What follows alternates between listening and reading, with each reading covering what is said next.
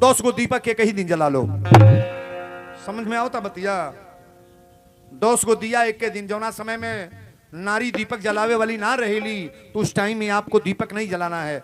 आप 5 दूना 10 गो दीपक होता है ना, तो एक दिन दीपक जला लो आप। और अमावस्या के दिन 11 दीपक जलाना है। 11 दीपक कहाँ? तुलसी के पेड़ के नीचे। और लास्ट दिन जब पूरा पूर्णाहुति हो जा कार्तिक, तो लास्ट दिन 7 गो कुंवार कन्या बुला करके आप मीठा भोजन बनवा लो, खीरी पूड़ बनवा करके, और छोटे छोटे बच्चियों को भोजन प्रसाद पवा लो।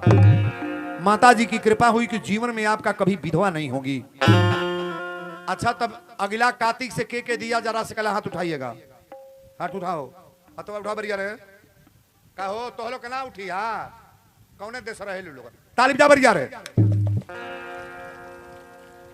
अच्छा बताइए, मैं पैसा लगाता कहो सुखैती होता कि नियम का पालन करना है। और दूसरा दवा जान ले, सुनिए, स्नान ध्यान करने के बाद किसी देवता के सामने कपूर नहीं जलाओगी, अगरबत्ती नहीं जलाना है, किसी देवता को प्रणाम नहीं करना है, नरमस्तक नहीं होना है। सुबह उठ करके स्नान करने के बाद अपना पति का पैर छुओ और आरती भी दिखाना है तो पहले अपने पति को आरती दिखा लो, निवेदन कर लो। सास ससुर का पूजा करने के बाद पति का पैर छुओ, सास ससुर का पैर छुओ, इसके बाद किसी देवता का पैर छूना है। ये हो सके लगना तो करवा रोज करे के बा, अपन खतरा हूं बुझाता ना। और जे कबो जीवन में आरती मर्दे के नहीं उतर एक दिन उतारे यहाँ तक मर्दे को ही बुझाता टोना सिखतिया मुंह आई है। पति का पैर कौन कौन छुएंगे? थोड़ा हाथ उठाइए। अब कसम धरा देंगे, अबे उल्टे बोलेंगे हम। उठाओ हाथ, ताली बजा बढ़िया रे। सुबेरे पहले पति का पैर देखिए, जेकर मर्द बड़ा पियक्कड़ होके, बहुत गाड़ी देत होके, उल्टा बोलत होके और सीमा का बाहर बात करे, सुबह पैर छोड़ना शुरू कर दो। कभी जीवन में भविष्य में तुम्हारा पति न मारेगा, ना गाली देगा, ना उल्टा बोलेगा। हकीकत है कि नहीं है? बुरा विचार सुधर जाएगा महाराज, आप करके देखना ना। पति का पैर छुएंगे नहीं, उठाइए हाथ एक बार और ताली बजो बढ़िया रे। बहुत बड़का दवाई है।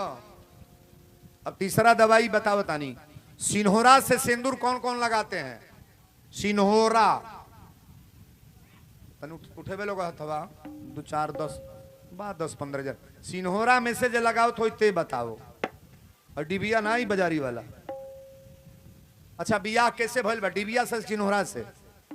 हम पूजा पद्धति से बोल रहे हैं। कहीं का सिंदूर ले आओ तो पहले सिन्होरा में डालकर उसको मिला लो, जब डिब्बा में भर लो। अच्छा है, सिन्होरा से छुआ करके तब आप डिब्बा को रखो, ये पति का सिंदूर हो जाएगा। सिंदूर लगाने वाली बहनें गौर करेंगी, पहले अपनी मांग में कभी कपटी सिंदूर मत लगाओ।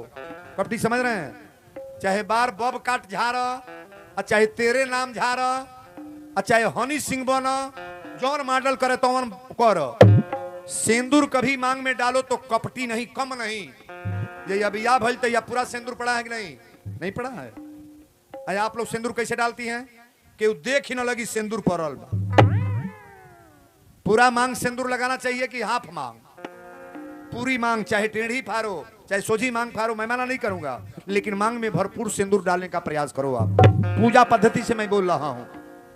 सिन्होरा से सिंदूर निकालें, जो भी सिंदूर डिबिया का लाएं चाहे चुनौती का लाएं, सिन्होरा में छुआने के बाद तब सिंदूर को लगाएं। और सिंदूर चूड़ी पहनने के बाद पहले अपने पति का पैर छूना। कभी भी ऐसा करें ना तो पति का पैर, सास का पैर, ससुर का पैर, जिस घर में ये आदर शुरू होगा ना उस घर में कोई कलह नहीं रहेगा। मैं गारंटी के साथ बोल रहा हूं। जरा बुढ़िया से बोल चलना ही, भाई आरती उतारे लगी हैं और गोड़ लागे लगे हैं तो कब झगड़ा हुई।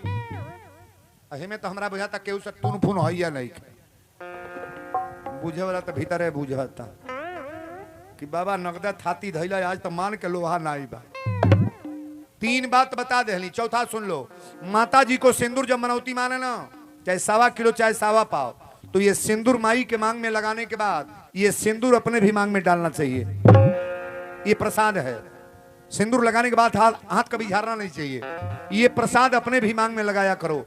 4 दवा बतौले बनी, ये चारों दवा को यूज करने वाली नारी कभी जीवन में विधवा नहीं होगी। ये मेरा दवा है।